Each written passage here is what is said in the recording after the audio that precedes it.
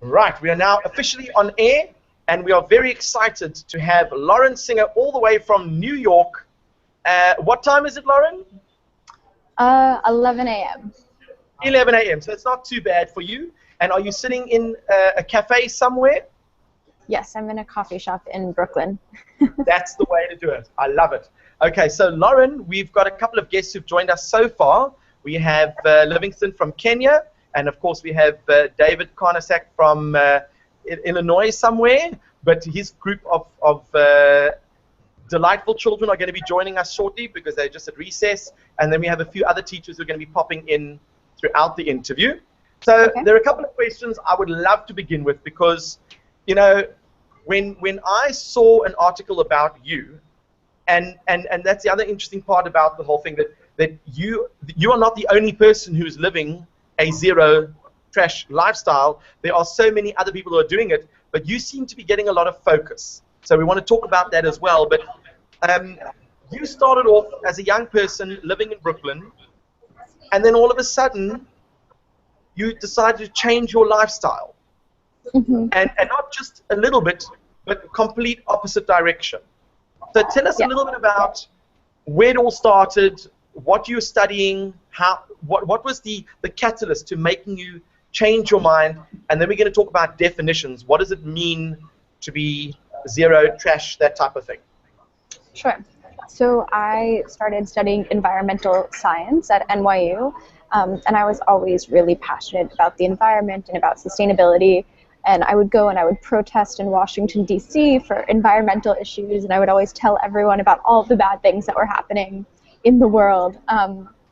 And it was not until my senior year of college that I started taking a class called the Environmental Studies Capstone course, which is the last class that you have to take in order to graduate with a sustainability degree and go off and make the world a more eco-friendly place.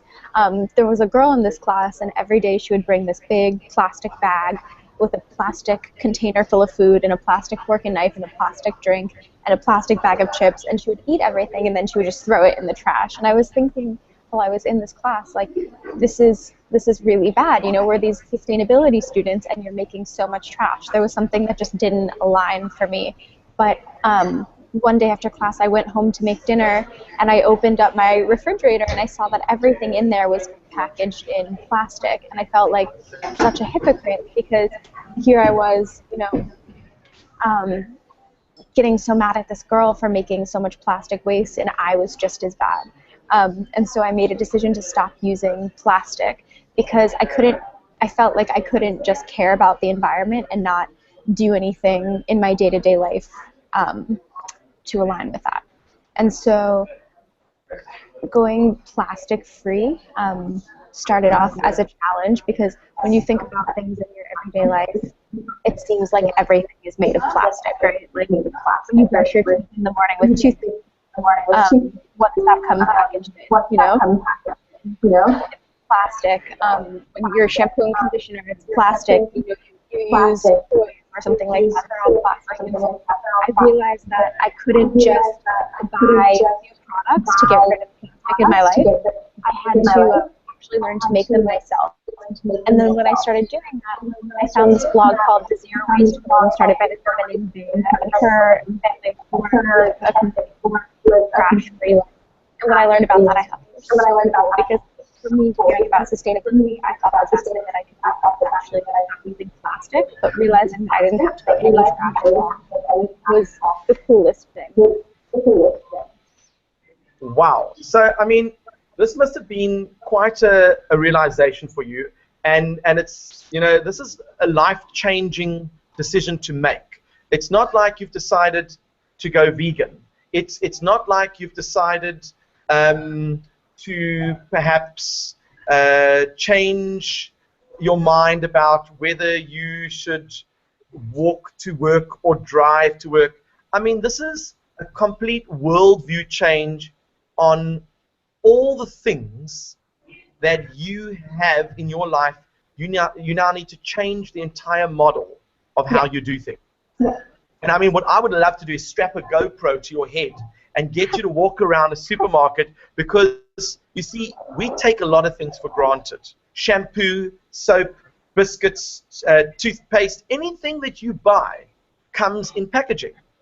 So tell us a little bit about what zero waste really means, and is it true that in the past 4 years, all the trash that you have collected can be put into one mason jar?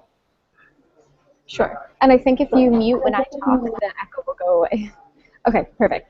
Better? Any echo? Echo, echo, echo? Okay. Yeah, so to me, living trash-free means that I don't send anything to landfill. So I haven't put anything in a garbage can in 4 years, but I do recycle and I do compost. But I recycle really minimally because recycling still takes a lot of water and a lot of energy. So for me, I try to only consume things that are compostable. And then anything that I have accumulated over the past 4 years that can't be recycled and can't be composted, I have put in a mason jar. So everything in there is made of plastic. So it's plastic that can't be recycled right now in New York City. And because I couldn't buy my way out of living this lifestyle, what I had to do was learn how to make everything myself and just learn how to make a lot of little choices. It's not like, you know, you wake up and you're zero waste one day, you have to change a lot of things in your life, but they're all little tiny changes that, you know, over the course of adding them all up makes a really big difference. So for me, like, shopping zero waste was something new that I had never done before, but once I learned how to do it, it was really easy. So like, I buy all of my vegetables at the farmer's market every day. I'll buy, instead of buying pasta in a box, I'll bring my own bag and buy it package free. I'm really lucky in New York that we have access to stores like that. Not everywhere in the world has that, but because this movement of zero waste is growing, there are more and more stores that are popping up like that. And something that I like to suggest to people is don't forget your power as an individual consumer to make a difference. So, you know, if you have a store that you shop at and they don't offer anything in bulk, you're a customer there, you have the right to ask them to maybe offer 1 or 2 things package free.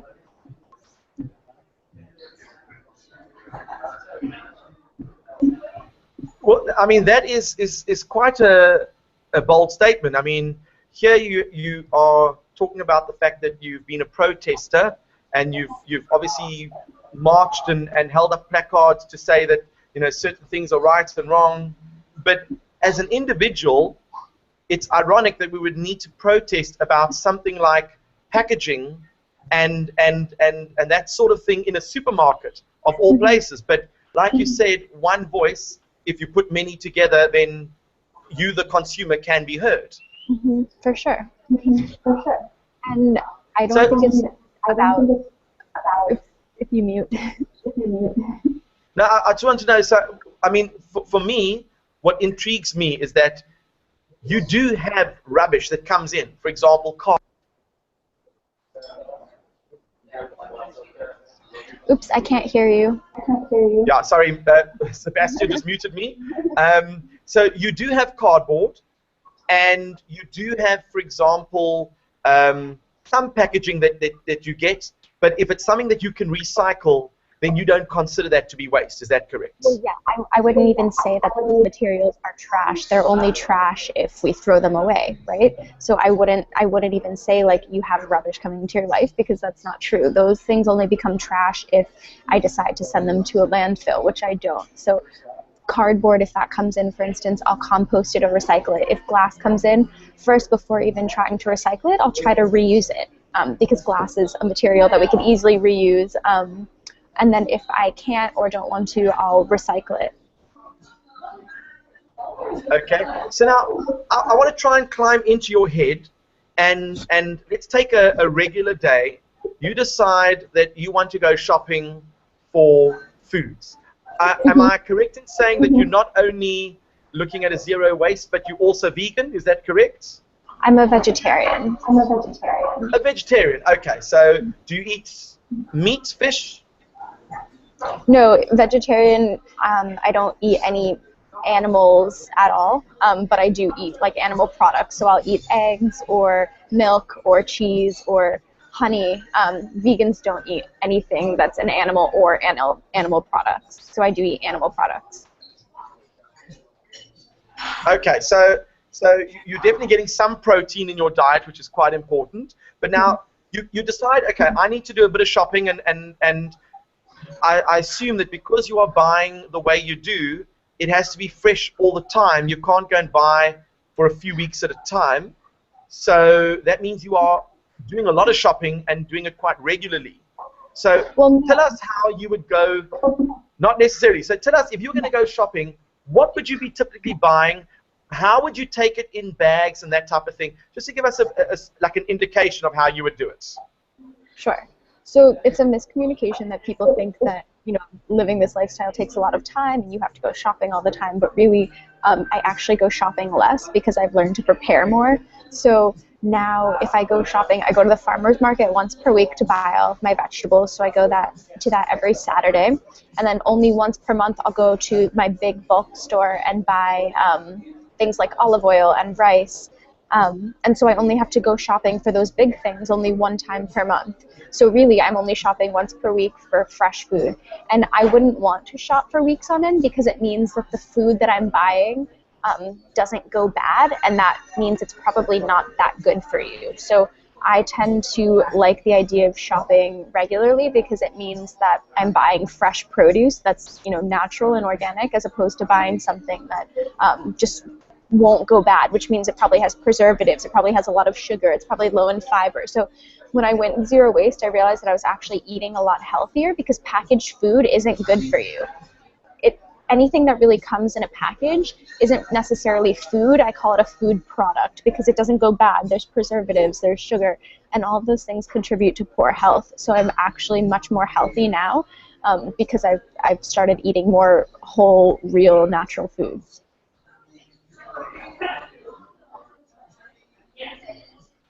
So have you noticed a change in your health over the past couple of years? For sure. Yeah, I totally don't get sick anymore. My skin is better. My weight has totally stabilized and gotten down. When I eat now, because I'm eating real food, I don't feel heavy or tired after eating. I just feel, you know, energized. And so I think just by changing your diet, it helps you feel a lot better. And you mentioned earlier that when you go to the shop, you see toothpaste, for example, you pay a certain amount of money for toothpaste, but then it comes in a tube. The tube comes in a box, and then you can recycle the box, but then you have the plastic afterwards. So you decided to start making your own things. Tell us about that. Yeah, so I make all of my products that I use in my everyday life. Toothpaste was the first thing that I started making, and it's really easy, and I have a video on my blog about how to make it. It's only 3 ingredients, and it's one of the easiest changes you can make if you want to make your own products because it's really inexpensive. The ingredients are really easy to find, and it works really well. And then after I started making that, I started making all of the products that I use. So what I learned through making my own products is that we don't need like 15 products like everyone thinks we do, because you go to the store and there's a million different products that you can choose from. For me, I only use 5. And that's for everything that I do. So everything from my shampoo, conditioner, toothpaste, deodorant, body lotion, just 5 things, and that's it. And you make each of these things yourself? Yes, and some of them don't have to be made, they're just single ingredients. Okay, so what I'd like you to do is tell us, what are the ingredients to make the best toothpaste in town? So my toothpaste is just baking soda, coconut oil, and then I use essential oil of peppermint, but you could use something like cinnamon or spearmint. And then I also like to add a little bit of stevia, which is like a plant-derived sweetener. And it makes it taste a little bit sweeter and not as salty because baking soda is really salty. So when you use these new products, there's an adjustment period. It takes some time to get used to them because we're used to our toothpaste being really foaming and really sweet. But this one is a little bit saltier. It's not as sweet. It's a different texture, a different consistency. But after a week of using it, you realize that your teeth feel really clean. And it's actually really, baking soda helps to whiten your teeth. So there's actually a lot of benefits, and it's a lot cheaper, and you don't make any trash. So then you started making your own things, and I'm sure people started saying, oh, you know, I'm a little bit lazy. Can't you make me some toothpaste, and I'll pay you to make that for me? And then maybe some ideas came to your mind. What happened then? It wasn't exactly like that, but what happened for me is I graduated from college and I had a really good job in politics. I managed sustainability for $2 billion worth of infrastructure for New York City. And at the same time, I had my blog, Trashes for Tossers, that kind of talked about my lifestyle. And I was getting these questions from people like, hey, you know, I really like the idea of these homemade natural products, but I have friends and a life and all these things, and I don't have time to make them myself. Do you have any companies that you can suggest that are making products like this? And I started looking in stores for products that were sustainable, organic, had minimal packaging or no plastic packaging, and I couldn't find anything. And then when I started looking at cleaning products, I saw that cleaning product manufacturers use over 85,000 toxic chemicals, and when you buy a cleaning product, they don't have to list the ingredients on the label, so we could be buying something that's really bad for us and the company can say it's good for us, but because there's so little regulation, specifically in the US, you know, you can kind of just put anything in a product and not have to label it properly. So when I learned about that, I thought about the products that I was making that are totally organic, vegan, sustainable, packaged. For me, when I make them myself, they're package free, and I realized that I had an opportunity to provide people with products that I feel that they deserve. And so I quit my job and started my company, The Simply Co., where I make organic, vegan cleaning products that are safe for your home and your body and the environment. That is obviously a huge change in lifestyle, to be able to quit your job, and now you are living the actual idea that, I mean, or this philosophy that you've had, you're now putting it into practice by actually making money out of it. Yes. So the coolest part about it is that it's a successful business, which means that people are interested in buying these natural products. So of course, like, besides being able to sustain my own life through making money, the fact that it's a profitable business means that people want to buy sustainable products, which is really, really cool.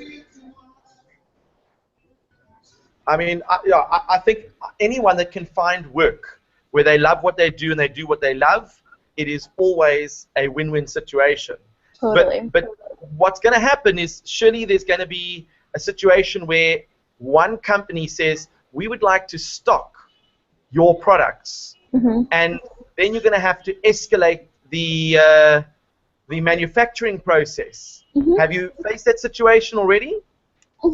So we are scaling our company. We have commercial manufacturing, but it's all done by hand, and because our product is only 3 ingredients, it's really simple and easy to make. We do things like ship in 100% plastic-free packaging. We use 100% recycled materials to do that.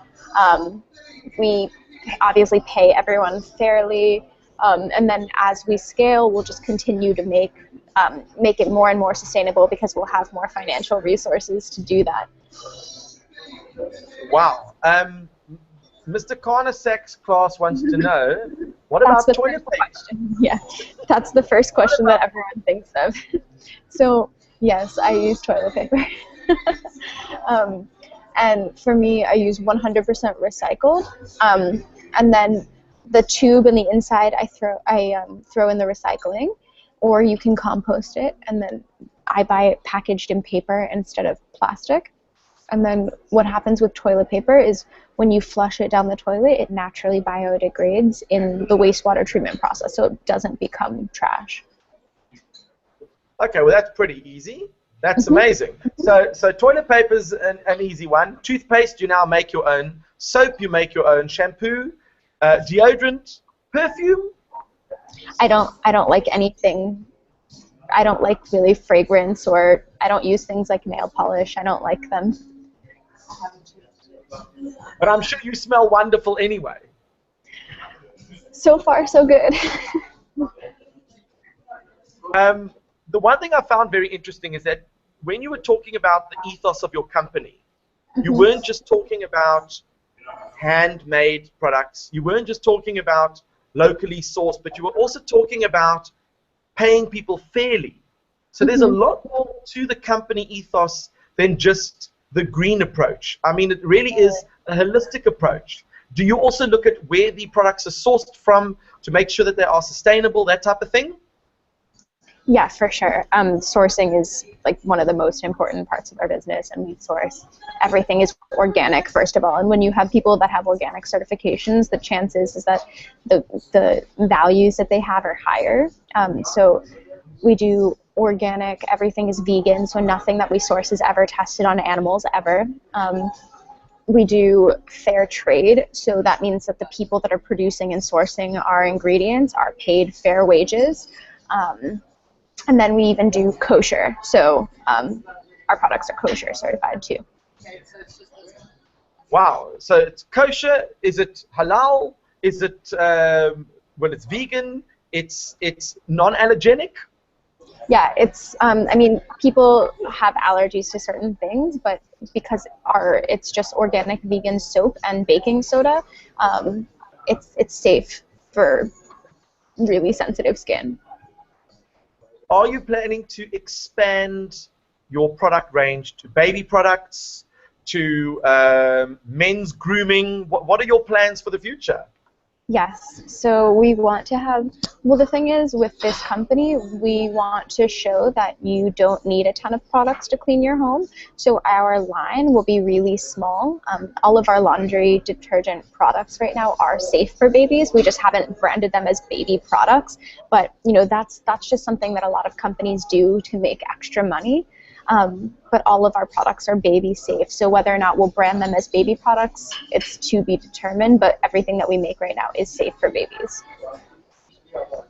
And from a learning curve, I mean, you've started your own company, but it all started off at Kickstarter. Tell us a little bit about that. Yeah, so I launched a Kickstarter campaign, which is a crowdfunding campaign where people give you money to launch your ideas. And I started it with a goal of raising $10,000 to start my company. But I actually ended up raising $42,000 to start it. That's generally a very good thing when you make more money than you are hoping to. And then did that literally kickstart your manufacturing process? It did. And thank you. Bye. I know Mr. Karnasak and his class have to go, so we're going to say bye-bye to the boys and girls there from what's... Is it Willowbrook? I'm going to check. Bye, you guys. Thank you. Bye. Excellent, excellent. So we've still got a few people watching it live around the world, and of course we've still got Sebastian and Lorraine who've joined us. We had Livingston from Kenya, and Sebastian is there in India, and Lorraine is out near Boston. So now I'm curious, you know, as far as I know, you are single. Is this correct? Yes. And so does this mean technically when you are choosing a partner that they have to subscribe to the same lifestyle as you? Because this is obviously something that's quite important to you. Yeah, I believe that you can't ever impose your values on other people or judge other people for the way that they choose to live, but I do believe that you can live the way that you want and inspire people to take part in it. So for me, I've never told anyone that I dated to live a no trash lifestyle, but I've done things like take them to the farmer's market and then they really liked it. I've done things like made products with them. So we can never change people by just telling them what to do. No one, like if your parents tell you to do something, you always do the opposite because nobody likes being told what to do. Picturing a situation, you know, when you have a spouse, for example, they're eating an apple next to you, and you've got those feelings of I'm going to strangle someone. Please finish off that last bite. So you know, if you have a spouse who, for example, takes a packet and eats something and then just tosses it across the room, and you just look there and you think, okay, breathe. Is it not like that at all?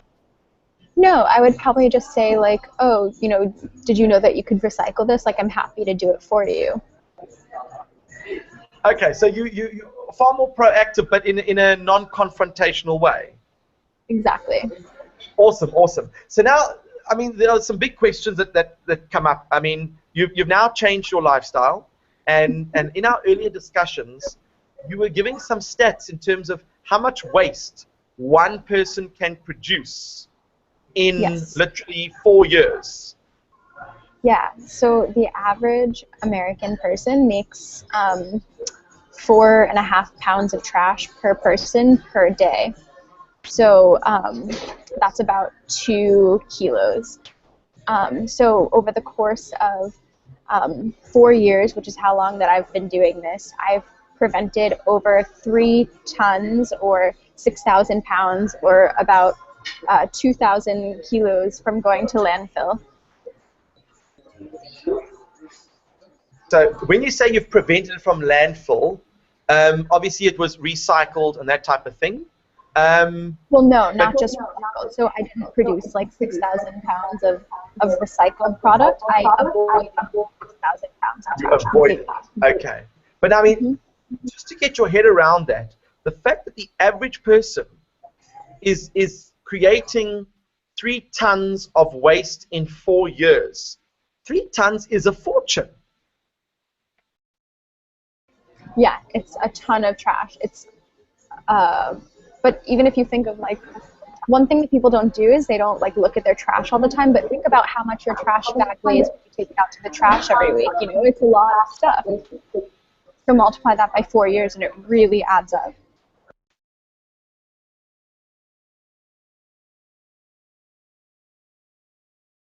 You're muted.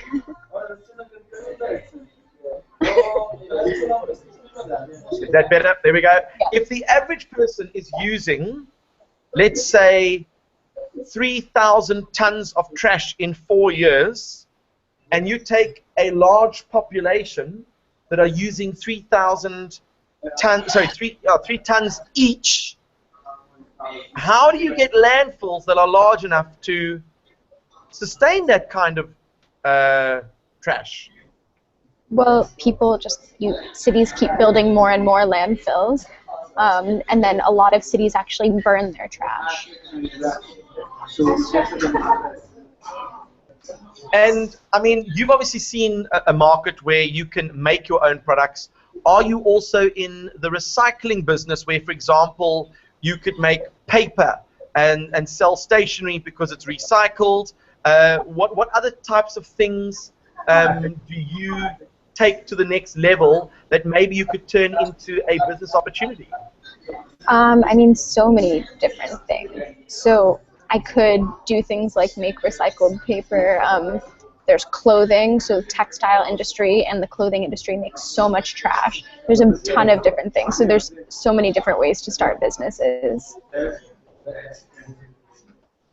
And I hear that you are a professional shopper when it comes to clothing, because you have the ability to use those eagle eyes to pinpoint a great deal.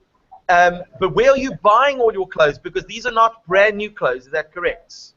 Yes. So I buy secondhand. So I don't buy anything new at all. Nothing new at all? No, I don't. I've never in the 4 years purchased any new item of clothing unless it's something that's like 100% organic, fair trade. Wow. So, I mean, if you think about it, a lot of thought has to go into everything that you do, but probably by now, it's second nature to you. That Totally, you literally, exactly. when you go into a shop, you don't stop and go, is this, I mean, you already know that that's the best place to go and where to shop. What happens if you travel overseas? You realize that the comfort zone of going to shops that understand where you're coming from do not exist. Have you been overseas before? Well, yeah, I travel overseas actually quite often for work, and everywhere that I've gone, I've had no problem at all living this lifestyle. So I don't really buy that much stuff, but everywhere that I travel, no matter like what country or what place, there's usually either a natural food store, a vintage store, or a farmer's market. And so I'm always able to get things like that. But if I know I'm going somewhere where that might not be an option, I'll go prepared. So I'll bring little bags full of like dried fruit and nuts and things just to keep me full in between going to meals at like a proper restaurant or something like that. And then all of my toiletries I'll pack in little glass jars, so I'll have all of my homemade products, and it's actually really easy to travel without making any trash. Does that mean you have to carry more with you? Because when you're carrying glass, it's not like little plastic tubes, so and also a little bit more delicate than plastic tubes. I mean, do you find that traveling becomes a little bit more of a challenge as it was than it was before? Not at all. And in fact, I only travel with a carry-on, so I don't check any luggage at all. So everything that I have just goes in that one carry-on, and then I'll put anything that's packaged in glass in a little toiletries case, and it's perfectly fine inside of my bag. I've never had a problem.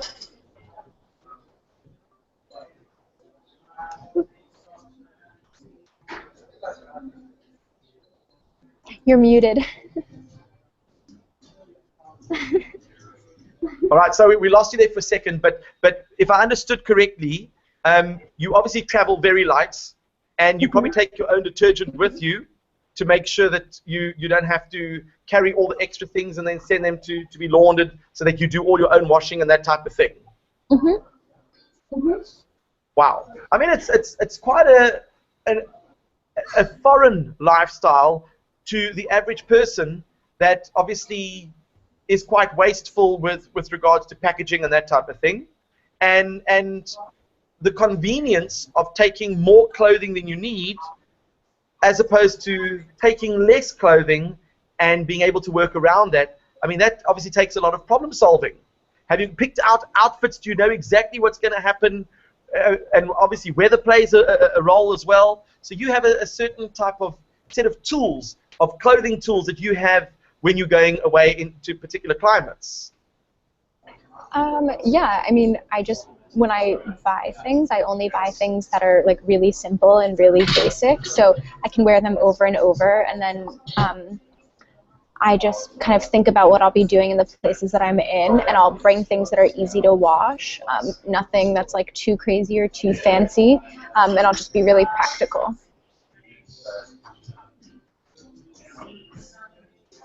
Okay, wow. I mean, I'm still trying to get a lot of the stuff, around in my head, because it's not something that I mean, I could see the benefit certainly of making your own products, but from a time point of view, it is quite difficult, and obviously your company plays a role. It's not. It's not. Tell us why not. It's actually a lot faster, but people just don't think it is. So, for instance, to make toothpaste takes me 30 seconds. To go to a store and buy toothpaste would take me 30 minutes.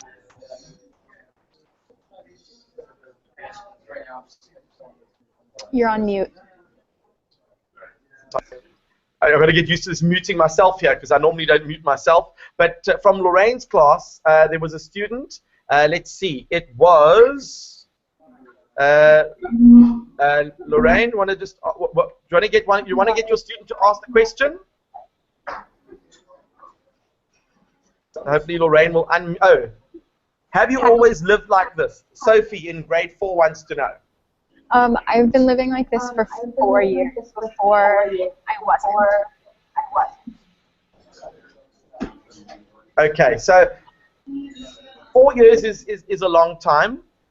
What are the lessons that you've learned, obviously, apart from the fact that you save money because you make your own products? Does it horrify you what things actually cost? And the fact that they're mass producing means it costs them even less to make. Do you start to become a bit cynical about the commercial side of sales when people are trying to sell you products and other people's products? No, because having a business, you have to mute. Yep. So having a business, I understand why things cost the way that they do, but when you have a business and you're buying a product that's produced instead of making it yourself, you're paying 3 to 4 times what that product actually costs to make. So for me, making my own products saves me a lot of money, because I don't have to pay for the overhead of that company. I don't have to pay for the manufacturing or for the labor or any of that. So you save so much money by making it yourself. But of course, then it means your competitors are more expensive than you and not as healthy, and that's good for business. Well, my product is basically right in the same range of all the other products, price-wise, but we're definitely the most sustainable company out there. But I always say to people, if you think my product is too expensive, then make it yourself, because you'll save a lot of money. Which I find very interesting, because you actually have YouTube videos on how to make your products. So you're selling products, but you're encouraging people. You're saying, I could sell this to you, but I actually want you to make your own. And yet they don't. Yes. But I think it's all about knowing, like, believing in yourself. So a lot of people don't believe that they can make products that actually work. Like, if you buy a product from someone who makes it, for some reason you like trust that more. But once you get over that, you can realize that you can make products that work really well. Now, I know that, Lorraine, you've got Simone. She would like to know what you sell besides the cleaning products. So right now we're just selling laundry detergent. And then within the next 6 months, we're selling more products. And then hopefully expanding. So I'm in the process of starting another company, making another low-impact product. I'm also going to be writing a book about how to live a sustainable lifestyle. And then right now, I see the second question about ambassadors in India. So right now, we're focusing on the United States, but within the next year, we hope to be producing in lots of different countries.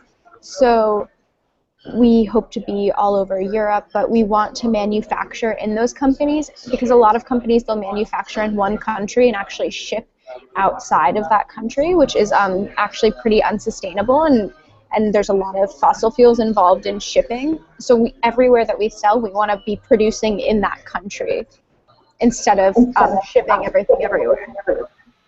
So we're talking about an empire in the making. I mean, this could be the next big thing. I mean, you know, you get the Body Shop and you get all these other products, but I mean, you could be the next big thing in the cosmetic, in the home product market. That would be the goal. Yep. But I mean, even despite the fact that you are obviously business inclined, you're still happy to share your ingredients and your recipes with the world, because you know that despite the fact that you're giving it to them, they're still not going to go out and make it, which is great for your business. Yep. Great for my business.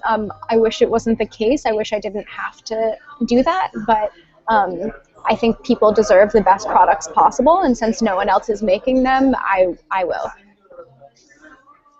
So now you said you do travel. Whereabout do you travel normally? I travel everywhere. I'm constantly traveling. I'm in Europe more often than not, but I travel all around the United States, and then Central and South America mostly. And when can we expect a visit to South Africa? I don't know. I've never been invited to South Africa, so. We're going to have to. Maybe we can chat about the National Science Festival for next year. We can bounce a few ideas off them, because you know, I think what is truly amazing is that, you know, you're not just living the lifestyle, but you're turning it into a business, and it's successful. And as you said, that indicates that there is interest in what you do. And clearly around the world, there is definitely a move towards a more sustainable way of living. What I do find even more interesting is social media plays a very important role in spreading very positive messages and sometimes negative messages as well. And for you, the articles that have been written about you, obviously through Facebook, spread like wildfire. I can't remember which articles there were. There could have been BuzzFeed, it could have been Wired, it could have been a whole bunch of articles, but all of them started circulating around Facebook, and then it was different iterations of similar articles, and that obviously piqued my interest. But why do you think you've been getting the exposure and not all the other people who are advocating a trash-free lifestyle? I think I'm just putting myself out there. A lot of people just live this lifestyle and they don't write about it or blog about it. I'm doing that. I'm on social media. I'm making videos. I also think because I'm young, so like I'm 24, I live in Brooklyn, and I'm not someone that looks like a stereotypical environmentalist. I think that's helped people to get on board with what I'm doing, because I think when people hear my lifestyle and they think about me, they think that I'm going to look like a quintessential hippie, or think that I live in like a tree or something like that. But I'm just a normal girl that lives in Brooklyn that decided to live a low impact lifestyle. So I think it shows that anyone can live this way. You don't have to be like a hippie. You can be any kind of person to care about the planet. It's not just for hippies.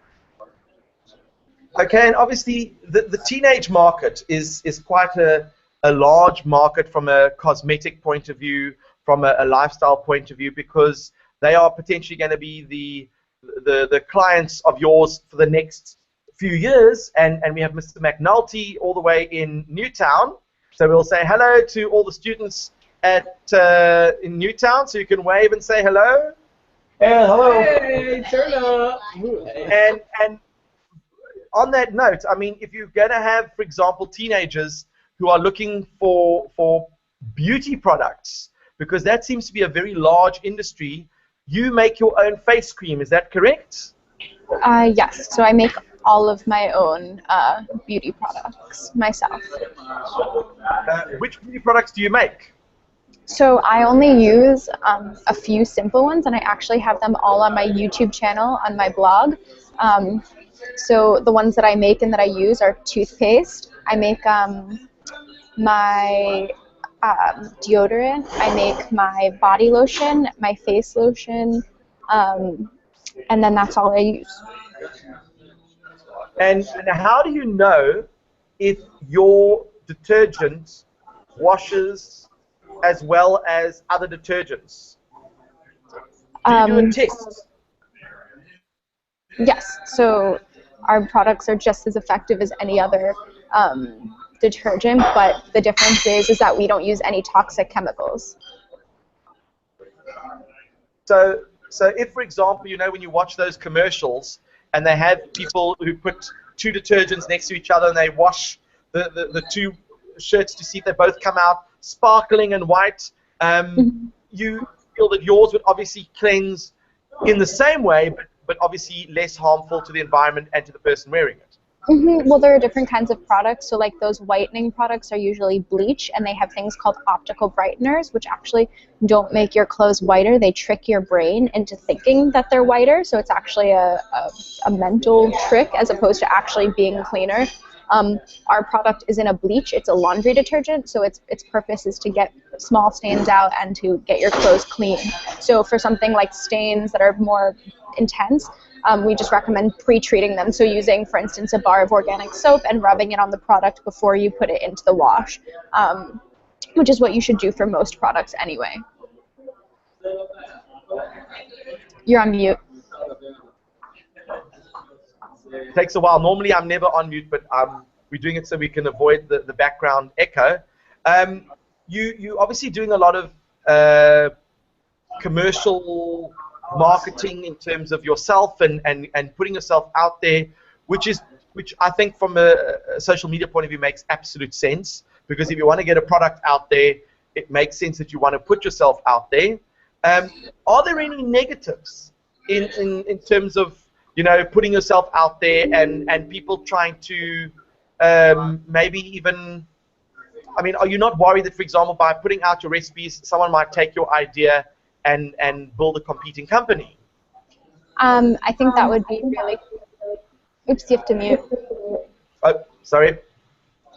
I think it would be really cool because, oh, you're still not muted. There you go, okay. Yeah, I put it out there for people hopefully to make their own products, but actually one of my good friends who was unhappy in her job took my deodorant recipe and actually just started a company using my recipe. And I think that's really awesome, because then she can build a business where more people are using natural products. So obviously I would prefer people not starting businesses and making the products themselves, but I don't want to make beauty products right now. I want to focus on cleaning products. And so if there are people that are helping to make really sustainable products, then I'm all for that. My only thing is I hope they source as well as I do, and they're as careful as I am. You know, you can't control those things. The thing with my company is I really do think about everything really, really in depth. So I think about where my packaging goes, where the ingredients are sourced from. I'm really diligent. So I just hope that anyone that does start their own company is as diligent as I am. But, you know, that's something I can't control. So you just have to know who you're buying things from and trust them. Oops, I see a few questions. Have a look here.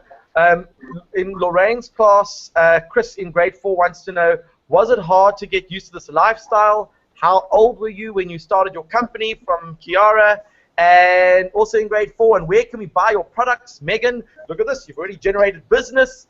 And okay. How long did it take for you to get used to not using plastic? Adriana wanted to know. And do you make all the products yourself, or have you hired somebody else? Alexander wants to know. What is your company called? So obviously you have a website. And when did people start buying your products? Okay, let's do this. How old was I when I started the company? I was 23. I'm now 24. So it was really recent. Where can we buy your products? You can buy them on my website, thesimplyco.com. So my company is called The Simply Co. Was it hard to get used to this lifestyle? No, it just took a lot of little changes. So anytime you make changes in your life, it takes a little bit of time to get used to. But once I started doing more and more, it became really easy. Let's see, how long did it take you to get used to not using plastic? That was just me learning how to make these changes. So once I made them and adopted them and put them into my routine, it was really easy. All of the products that I make, all of my products that I use in my day-to-day life, I make myself. But for my company, we have people hand making them. So I was making them all myself by hand in my apartment in Brooklyn, New York. But the company grew too fast and got too big, and I couldn't do it myself anymore. And then when did people start buying your products? About a year ago when I started my company. And then I see another one. Have there been any? There was another one. There have not been any problems with the products ever. Nope. Now, what I find interesting is that obviously you're quite okay with your friend starting a competing company with the deodorant, and you're quite focused on what it is that you want to achieve. What sort of learning curve have you had in the past, let's say, year or so since you've been running your company? Because you're mentioning things like sustainability and fair pay and stuff. Were you aware of all these aspects, or of these things that you've absorbed along the way? Yeah, I totally knew about making a sustainable, or I knew about sustainability and ethical sourcing because it was always something that I was interested in, but I didn't know anything about having a business. So there's been a massive learning curve because I didn't know anything about business. And so every day I'm learning something new about, you know, we have now employees, and I've never managed a team. So now I've had to learn how to manage my team. I've had to learn how to, you know, source materials, how to do inventory, how to handle and grow an entire business. So yeah, there's so many things that I'm learning all the time. And I mean, they say that, for example, normally in the first year of operation, 5 businesses that start up, 5% of businesses will succeed, 95% will fail. So if yours is still running after the first year, that must say something very positive about what you're doing. Yeah, so far we still exist, so I guess we're doing something right. But I mean, if you think about it, what you've done is you've chosen something that does make sense. You're not sitting there and starting a cigarette company. You're not selling alcohol, which, you know, there could be people saying yes for and yes again, no and against, but you're doing something that actually does make sense. it is something that is definitely better for the environment. And as you can see from all the dialogue that's going on with regards to the global warming and the greenhouse effect and climate change, and people talking about, you know, going vegan, and you actually see all the video clips on social media that convince you, oh, after watching what they do to those chickens, I never want to eat a chicken again. I mean, there is a lot of impetus or drive towards your direction, which is obviously great for business. Mm-hmm. Yeah. I think what is happening is people are realizing that maybe we don't need to buy all the things that people are selling. My whole lifestyle is about saying no and about saying, why do we need all these things that people tell us we need? My experience shows that you don't. So we only need a few things, and we don't need to keep consuming and buying, and all of those things are actually contributing to the downfall of our planet. So they're you know, speeding up global warming. They're hurting the environment. They're hurting animals. So by saying no, it's actually really helpful. And I see the question, so does it cost extra to maintain this lifestyle? No. I save a ton of money living this lifestyle. I save money because I make my own products. I save money because I buy unpackaged food. I save money because I buy secondhand products. So I've actually saved thousands of dollars over the course of these 4 years. So yeah, it's definitely less expensive.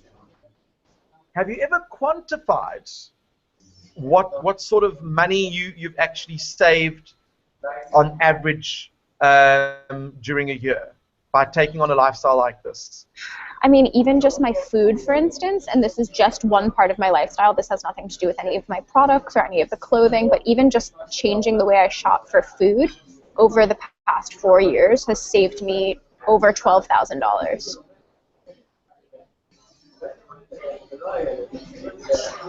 $12,000, and if you convert that to rands, which is embarrassing because the rand-dollar exchange at the moment is insane.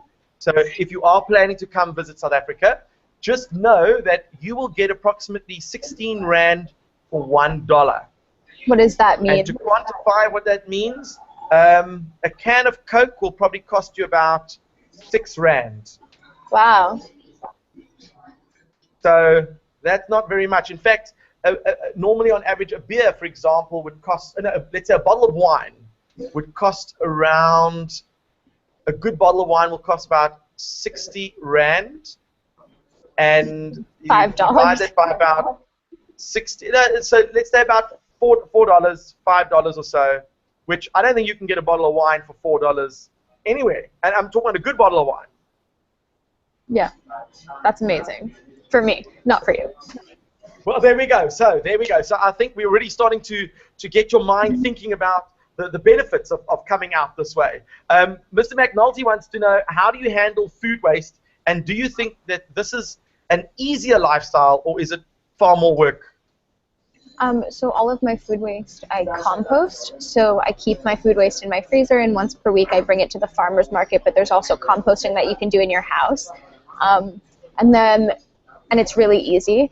And then this lifestyle is a lot easier than my other lifestyle because I'm more prepared. I'm not consuming as much. My house is easier to clean because I'm much more of a minimalist now, and I have fewer things. So like 100% this lifestyle is easier and better and more fulfilling. Sure. I mean, but now you say that it's easier, but because you're used to it. There's a good chance that, for example, if I had to try, it might take me quite a while to actually get into it because I'm not used to it. Sure, but any change takes effort. So it doesn't matter what you're trying to do. It's gonna take some effort. But for me, I wanted to do this. I was really excited about it, and I wanted to do it for myself. And so even though it required changing my habits a little bit, it was still easy because it made sense to me. It's what I was wanting to do. If you try to change your life to do something that you don't want to do, of course it's always going to be hard and tedious, but if you're motivated and you want to do it, it's really easy. You're muted. On Facebook, we had a student who wants to know if he can ask a question, and he's sitting This is Lonwabo. So I'm going to put here, ask it on Facebook, and hopefully he'll ask the question, and then if he types it in, I'll be able to read it to you. But, I mean, yeah, there's so many amazing things that are happening, but you obviously have a context. You have a family that is around you.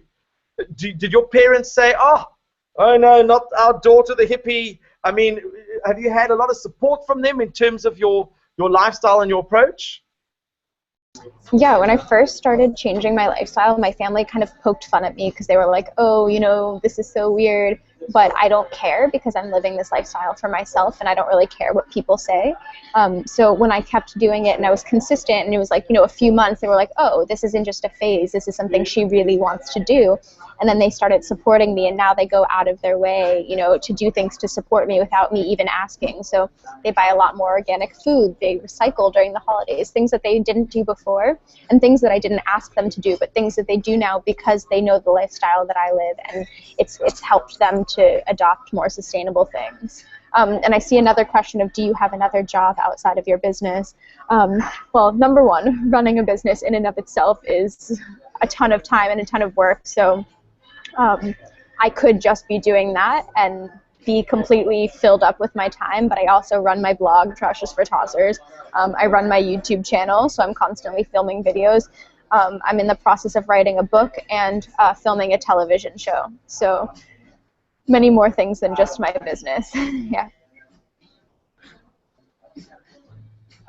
And you're muted. Okay, so Lonwabo managed to get his question in. I'll sort of read it to you. Let's see. It says here, if someone is using this sort of lifestyle but wants to purchase products that have, for example, plastic wrapping. So let's say you need a new cell phone. It's not often that you're going to go and buy a cell phone that is not copiously wrapped with many, many boxes and plastic things. So what do you do in a circumstance like that? Well, I think the first thing to do is ask yourself if you actually need a new cell phone. Like if you have a cell phone that works really fine, maybe you shouldn't buy another one. There's also options like, you know, using a refurbished phone, so a phone that someone has already had and then they fixed it up, and that's also cheaper. But if you buy something with plastic packaging, I guess either recycle it, and if you can't recycle it, then I hold on to everything that I can't recycle, because I hope that one day I will be able to find a place where I can recycle it. But I mostly just I say no to things that are unsustainable or packaged poorly. You're muted. Thanks for reminding me. I was going to check to see. The other thing is that obviously you've got this jar. This is the center of many of the articles that are written about you. That in 4 years you've managed to generate enough trash to fill a mason jar. Do you think you're going to keep this jar from almost like this is like the pinnacle of all the articles, so why would you want to get rid of it? Because it's actually quite essential that you use it as a beacon to show people what it is that you've actually managed to achieve. I totally get what you're saying, but if I could recycle everything in there, I would. She is committed to the very end. We like that. That's pure dedication. So, I mean, when you go to shops, do you literally take jars and things? I mean, how do you get milk? I suppose you can buy it in glass bottles. That's not a problem. But you can also take your own bottles and fill the milk in those bottles. Is that correct? Yeah, there's take-back programs. So you can just keep giving back your bottle. But I actually, okay. I don't drink milk, so. You don't drink milk? Okay. Like, I don't buy it. I was going to find out if there are any other questions that you would like to ask Lauren. I know that we have Aiden. I don't know where Aiden is from. Aiden, do you want to maybe ask a question? Aiden is very shy. We have Lorraine. Anyone in your class that might want to ask a question? Oh, I see one more from Mr. McNulty. Yes. You were an environmental studies major. So I did environmental studies. I went to college actually for journalism first, and then second I went for economics. And I sat in those classes and realized that I absolutely hated it. I was getting bad grades, I wasn't paying attention, or I was skipping class, but then I was taking environmental science, and I was always first in the classroom, sitting in the front, super engaged, my grades were perfect, and I realized that even though the possibility of me getting a job studying environmental science was a lot lower than me studying economics, it made me happy, and so I wanted to study something that fulfilled me instead of something that I thought could get me a job. And it was the right choice because now I've started my own business and had really great jobs and really great experiences because I followed my passion and didn't go against what made me happy.